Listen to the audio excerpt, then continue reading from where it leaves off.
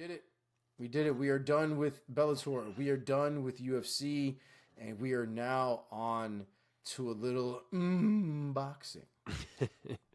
All right, so we are getting I Tommy. just told Tommy to Porter. join, so give him a minute to connect here. But yeah, we when we have big fights in boxing, we've done this a couple times before. I know we did it for Fury and Wilder. I believe there was one other where we have done this as well. Oh, it was the women's fight. Katie Taylor. Oh yeah, when she Serrano. fought yes, Amanda Serrano, thank you. And now we will do it again. We have Tank Davis, Gervonta Tank Davis, and Ryan Garcia this weekend. One of the biggest fights we've had in boxing for a while, so it is only right to have Tommy back on. He is always our go-to when it comes to the boxing. So yeah, gonna do a little boxing segment on the MMA show here. So, oh dog, I didn't even realize Gabriel Rosado was also on this card. Yeah, I didn't realize that either until today. Shows you how much we're just stuck in the MMA world, but I'm sure Tommy will fill us in. And there he is, right on cue.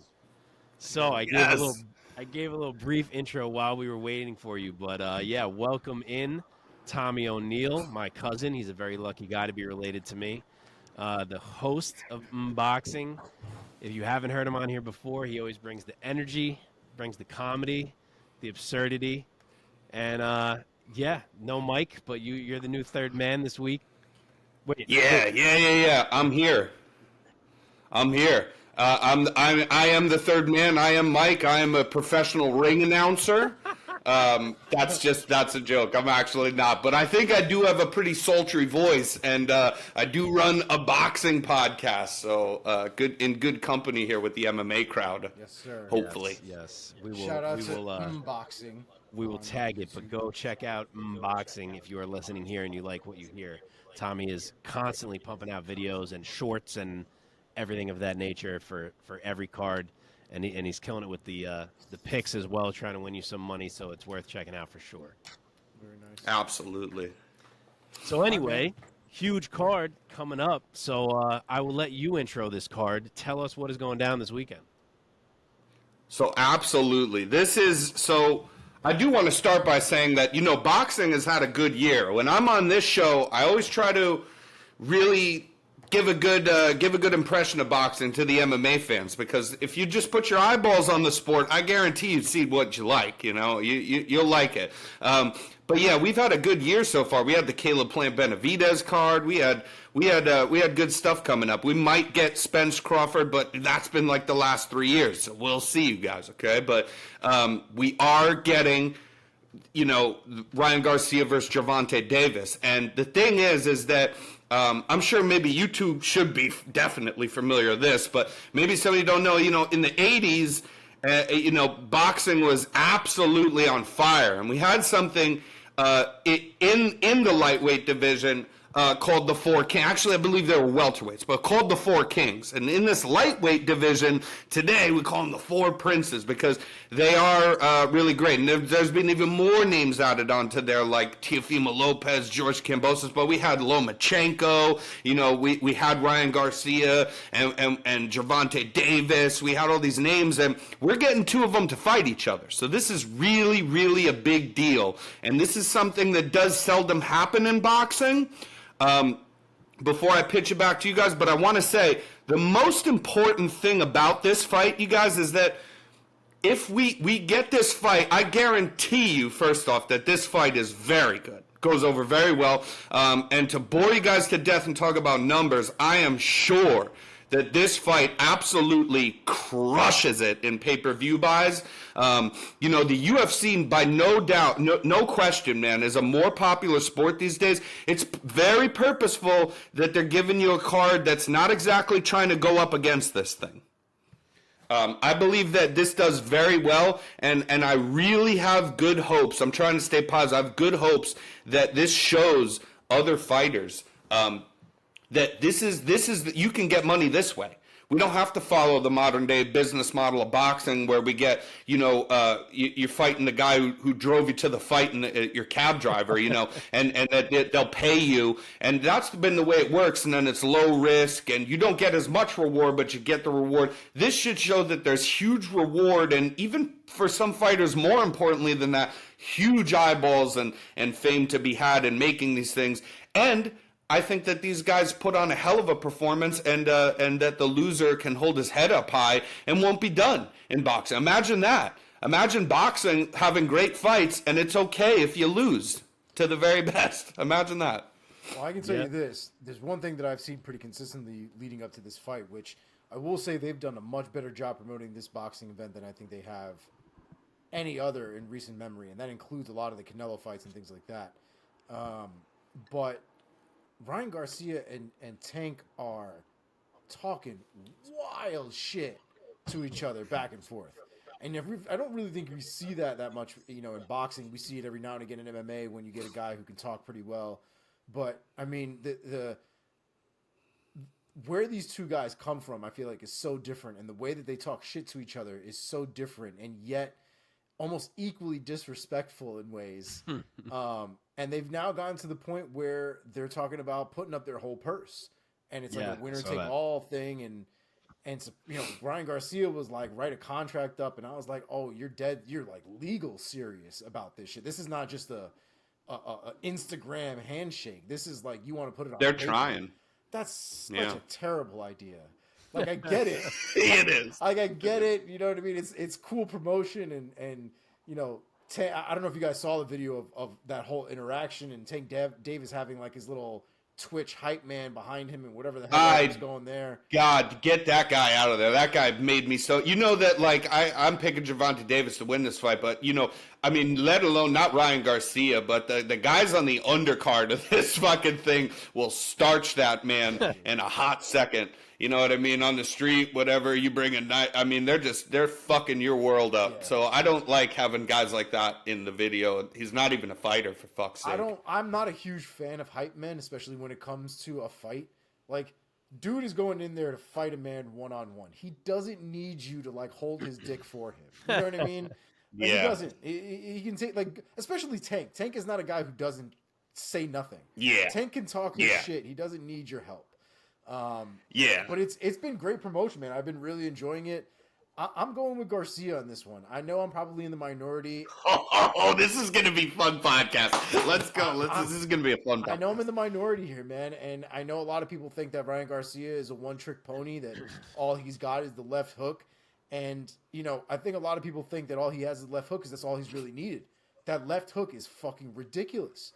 The fact that he's even able to move a part of his body that fast is ridiculous, let alone the thing he attacks people with. You know what I mean? Absolutely. And also, for the record, he doesn't just have a left hook. It's 100%. Only just his best weapon, and that's a go-to thing to say about him. The right hook's there as well. Yep. If you've seen some of the training videos, the way he's hitting that aqua bag is a little bit scary. Yeah. It's a little scary. Dude, he has some of the craziest hand speed I have ever seen. I mean, this is saying a very obvious point, but like it's mind blowing. The thing I like about Garcia too, and frankly, Tank does this pretty well as well. I feel like Tank is a little bit more sneaky with his shit, right? Like, he sets things up in a very sneaky way. He's laying traps, and a lot of times you don't even realize he's laying traps, and then he ends up messing people up. But Garcia has length to him, and I think Garcia has been the kind of fighter that is able to extend a lot of his punches without being out of balance and out of range and overcommitting to those punches. And he uses a lot of that range too to set up that left hook. And like I said, I don't think the only thing he has is left hook. I do think that is something that people use when they like to argue about why Ryan Garcia might not be that good, or if they want to hate on Ryan Garcia. Ryan Garcia is a monster, dude. That dude puts combinations together like nobody's business. But again, he hasn't had to use anything other than a left hook. The left hook works. Why would he change up his entire game plan or his entire approach to a fight if nobody's forcing him to do that? But I think Tank will. Yeah, no, he will. But here's the real question too, Omar. Like, I am fully on board actually with everything you just said there. But I think that there's a question mark about exactly your point there. it's not maybe as much like that's all he's needed, so why would he need to show more? As much as if that's all we've seen, does he, like I said, he has more than just a left hook. Like his right hook's good. We've seen that though. But does he actually have, like, he doesn't use a lot of head movement. He doesn't have a lot of footwork. He doesn't cut angles. Does he have to, he usually walks people down because he can. Does he have the other things? Like, it's not just necessarily like, he hasn't needed to show them. Does he have them? Because, like, to your same point, if you've never needed them, given what kind of camp you're in now, he's under Joe Goosen now, who's a hell of a trainer. That's a Hall of Fame trainer right there, who pulled off, who grabbed his fighter Diego Corrales in one of the greatest comeback victories in boxing of all time. That's a Hall of Fame trainer, but he's new to him. He's only had the Fortuna fight under him, and now this will be his second one. So before that, was he in there with, he said, about his camps that he had left there because of Eddie Reynoso paying a lot of attention to Canelo. Then he has other fighters as well. Eddie Reynoso also has like Oscar Valdez in there and stuff. So it was just a little bit like he couldn't get the time he needed. So did he actually learn these things? And even with Joe Goosen, who's great, he's only had one fight under him.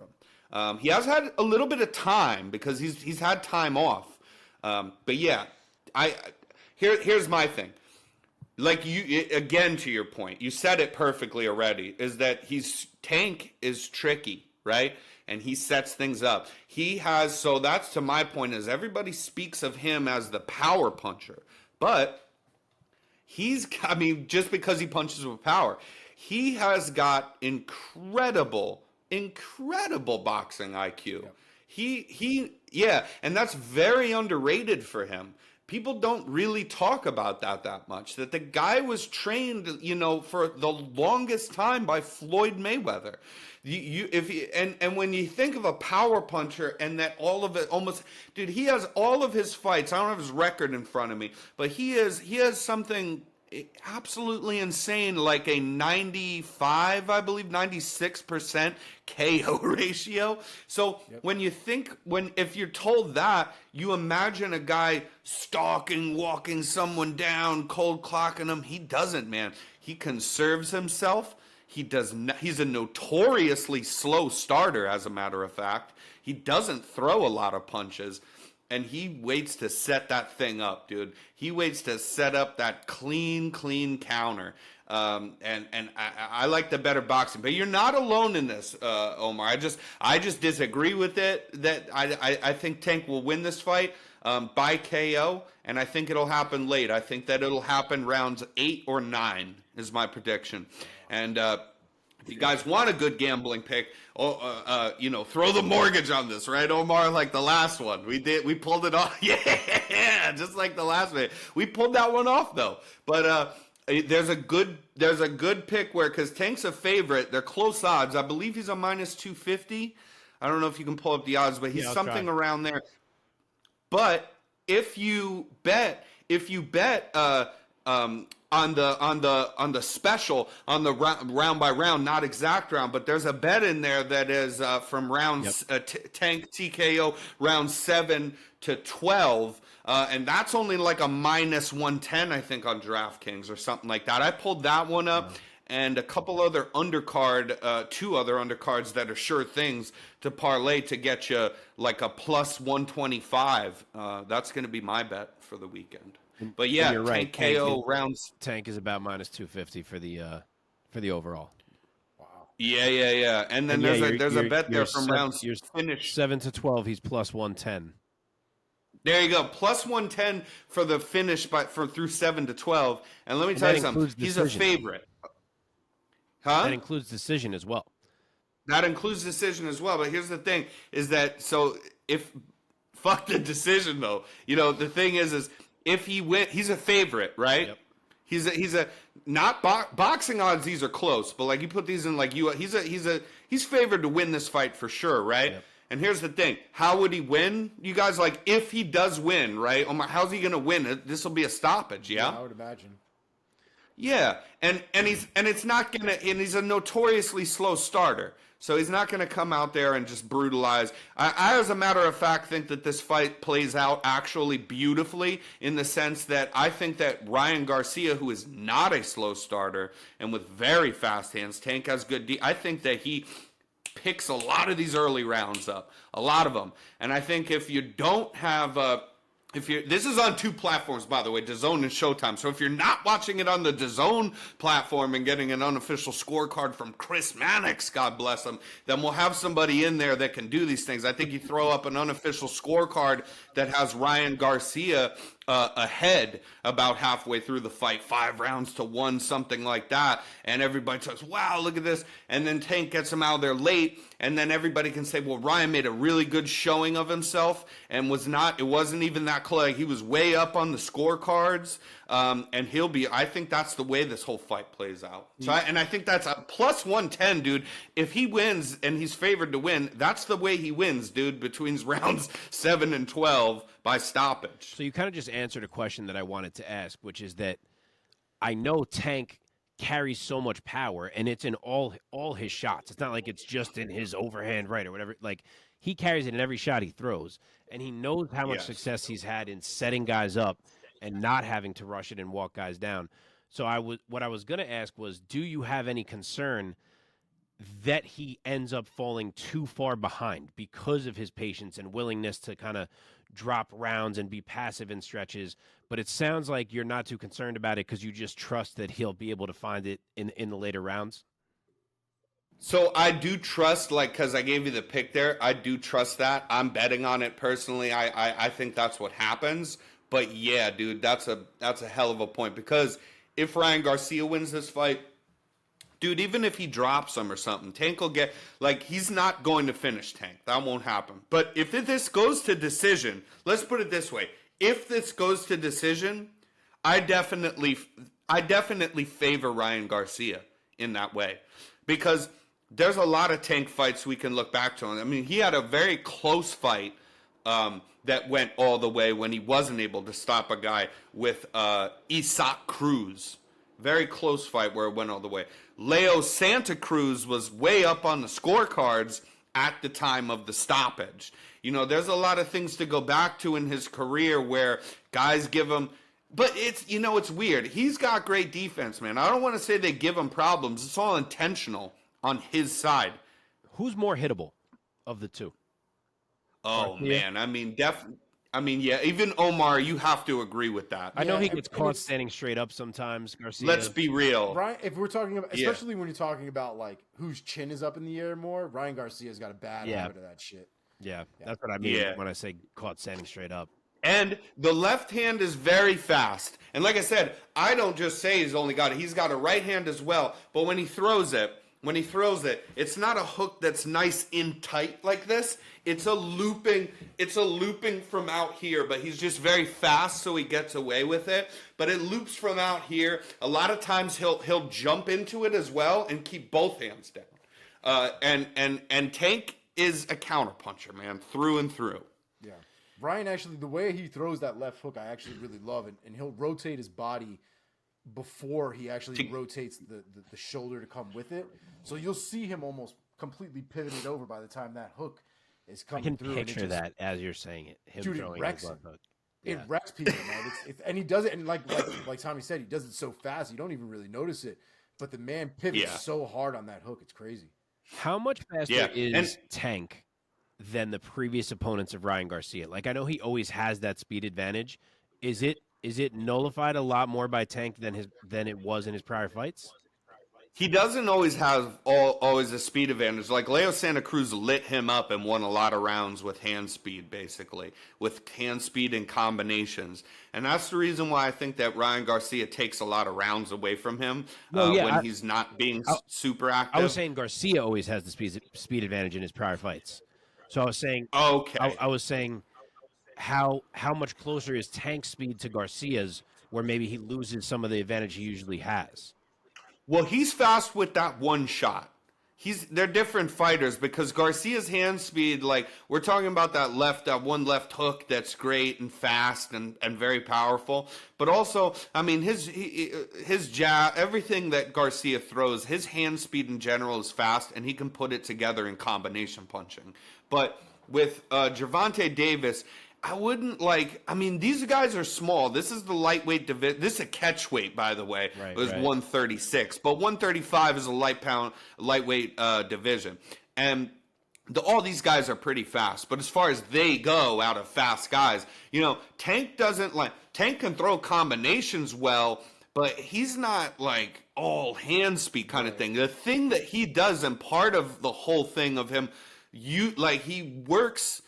I say this all the time in my podcast. You gotta take what you do well, and you gotta learn some other things, but you always gotta build your whole game around what you do well, And so that's what Tank does. So he kind of knows, I think, that I can put my punch together, but I'm not gonna be the fastest guy all the time. But I can give him one good quick one, and I got really great eyes. I got really great eyes and defense for what's coming my way. And if I can slip one and give them one quick one, it's going to be very powerful, and I can put that one shot together fast. So that's why it leans into combination punching, more than just hand speed to put shots together real fast. Yeah. Makes sense. Davis is, I think, a lot better, too, when it comes to the footwork. His ability to close distance without you even knowing he's closing distance, I think, is something you don't really see in high-level boxing, I think, as much anymore. Yes. And he's going to look to put that foot on the outside as well, on the outside of Ryan Garcia. And things little things like that are of good boxing fundamentals are not exactly things that we've had to see yet from Ryan Garcia. And the thing is, I'm not a hater of him at all. I think this fight, part of the reason it's so great and the buildup is so great is that, there's a lot you're either fans of one guy or fans of the other, and they go after it. But I mean, I'm just a boxing fan, so I love both guys. I'm just picking the guy I think is going to win here. But yeah, Ryan Garcia is really great. But he's the younger guy. Also, if you look, this is always important to me. It's not important to some people, but resume, even in MMA, dude. And that's not my thing is the box. But even with them, all of it. Resume. That's what's important to me. Unless a guy's 40 years old and you can just go, oh, look, he got, he's old now. And in general, in combat sports, who have you fought?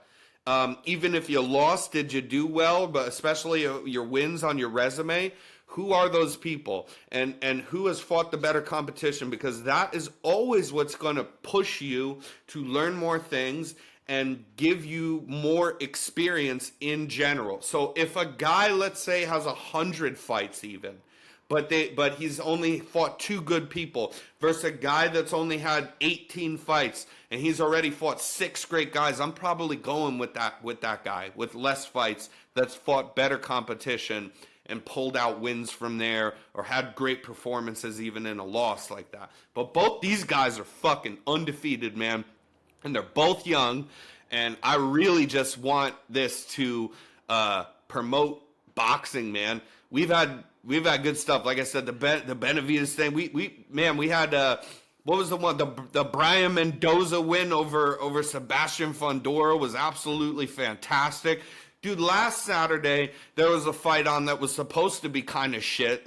They're cool fighters, but Zili Zhang, Big Bang Zhang from China Power. He's he's pulling out a fucking huge underdog win against Joe Joyce. Dude, underdogs are taking over in this sport as well. Again, finally, because they're giving better matchups, right. But it's just slow. So, even that fight was them trying to, let's give some better matchups. And it didn't catch attention and things like that. But this is them, not putting, dude, in years past, you used to be able to gamble on the sport and parlay 12 heavy favorites. I used to do it all the time.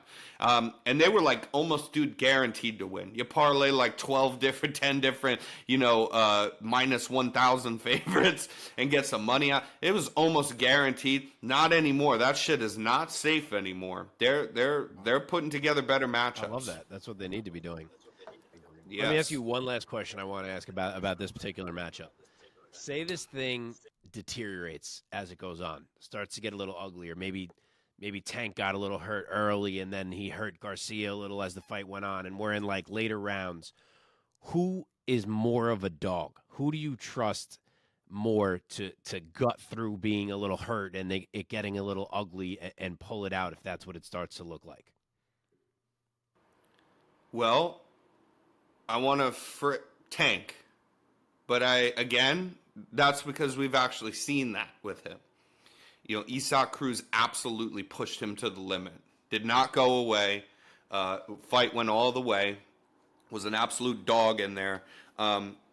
We've seen that with him, and so that's kind of what I talked about. What have we seen? What has their resumes showed us? Like, Ryan has not needed to show that. Right. But I will tell you that the one thing, if you're a Ryan Garcia fan, that should give you some hope here is that all fighters, they might talk some trash, like Omar said, these guys have had some great trash talk back and forth that's enjoyable. But one thing else to know about this fight that I do want to give like a lot of credit to Ryan Garcia. It's credit to both men that they accepted this fight. But Ryan Garcia made this fight, you know, and it took Gervonta Davis to sign the contract. But Ryan Garcia is the kid that's young. People say, well, I mean, you are not supposed to move in this kind of speed to the best test of the division. You know what I mean? But he called him out years ago when people forgot about. He called him out again. He came back after a long layoff with the mental health stuff. He had a good win, called him out again. He said, I'll whoop his ass in front of every. And Oscar De La Hoya runs Golden Boy Promotions, which is the smallest boxing promotion out of all of them. Very hands down. It's not even close. Not even close. And he used to have Canelo. He lost Canelo years ago to Eddie Hearn. All he has is Ryan Garcia. And I fucking guarantee you, dude, I really, like, there is no one's going to tell me I'm wrong. Because if you don't know or I guarantee you that Oscar De La Hoya was like, no, don't do that. Don't do it. And he probably literally told him because he can kind of call shots with them because he's handedly their biggest cash cow. Probably told him, no, fuck that. I want this fight. And you know why you can see that? Because of the way the contract worked as well. It was like, well, you know, Oscar put his foot down and was like, we want dual, you know, you're going to give us dual promotion. Like if we make this at last minute, he's like, we will run this on DAZN and Showtime, right? At least, right? Give me that. But he faulted to taking way less money. Definitely not even close to a 50-50 split here on the money. And he also... There's a rehydration clause in effect for Ryan Garcia. Yeah, and that's a big deal, man, because you have the weigh-ins, but the rehydration clause, basically, for those that don't know that might be listening, tells you that you got to weigh in the same at the catch weight that this, you know, at the weight like every other fighter, but then after you weigh in, there's only so much pounds that you can even put back on when your body is just desperate. Like, I'm fucking dying. Let me drink some water. Let me get some food in me. And then there's only so much weight you can put back on. So he's not allowing them to be as big. And rehydration clauses are actually very rare. They're very rare. So that tells you something also about how serious, you know, Tank does take Ryan Garcia. If you think, oh, just because Ryan Garcia is the bigger man, again, look at the resumes here. We saw Tank Davis fight Mario Barrios up at 140, and Barrios, dude, has moved up in weight to 147. Barrios was always a big 140. That's the biggest 140 pounder you could find. There was no rehydration clause. Tank was like, yeah, just give me this. I'll make quick work of this guy. But he takes Ryan Garcia serious enough to say, yeah, I've fought bigger men before and didn't care, but hey, I want a rehydration clause on your ass. You know, that's a good point. And he accepted that. He accepted that as well. So he went out of his way to get this fight. You got to respect that. Yeah. Sounds like Gervonta was probably putting up a lot of roadblocks, whether to make an excuse or not, or kind of a way out. And Garcia, it sounds like, just wasn't having it. Just wasn't going to give him the leeway to give him any reason to say, no, he didn't want this fight. He didn't want to take this fight. And so I give Garcia credit, man. Absolutely. And I mean, I don't feel comfortable saying like it's all Tank Davis because, I mean, you guys know how this way. They got management teams and all these things. I just am saying that I think that in Ryan Garcia's case, who has his own coach, his own management, his own promoter, he's under all that, was like fighting with everybody to be like, I don't care. We'll take less money. We'll take this. I just want the fight. Get this guy to get me this fight. Yep. Whereas Tank was just kind of like, I don't really need this fight. You know, I'm already like selling out pay-per-views left and right.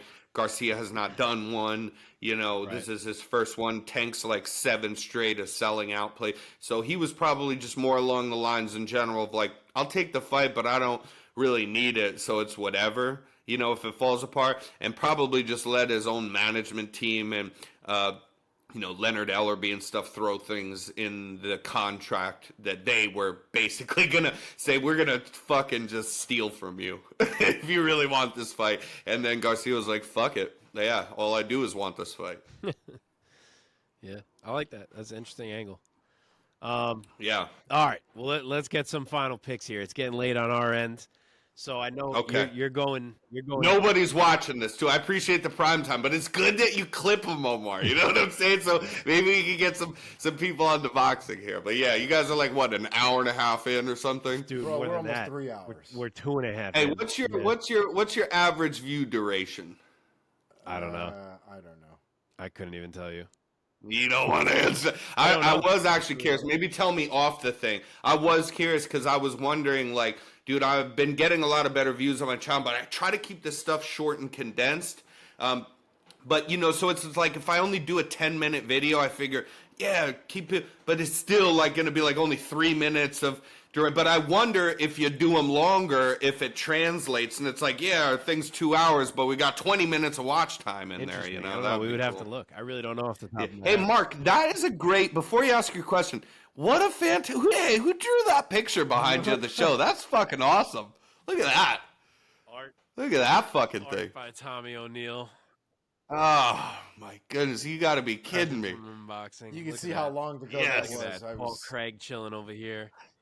Yeah, look at, dude, Omar has come a long way. Always good takes on the show. I love you, Omar. You've come a long way. I remember I told my friends, you got to subscribe to this thing. And some of the people, anybody that listen to me, man, my cousin, they're doing this show. And they're like, everybody was like, I really like the show. But what is up with, like, the dude that has, like, he's just letting his hair, like, just do whatever the fuck it may. You know, on the first episode, it was just like, oh, yeah. No, dude, that's the evolution of my hair. That first episode, it had to be intentional. Yes, Omar? Like, the hair just sitting out there like this had to be like, I want to piss people off who look at me.